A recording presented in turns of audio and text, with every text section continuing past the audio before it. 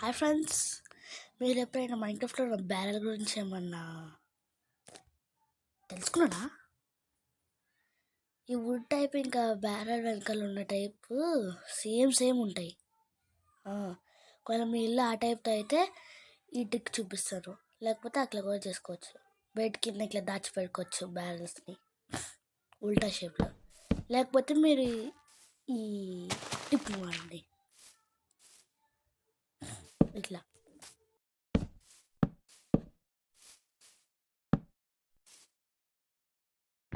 మీకు టైగా విలేజెస్లలో కూడా కనిపిస్తాయి.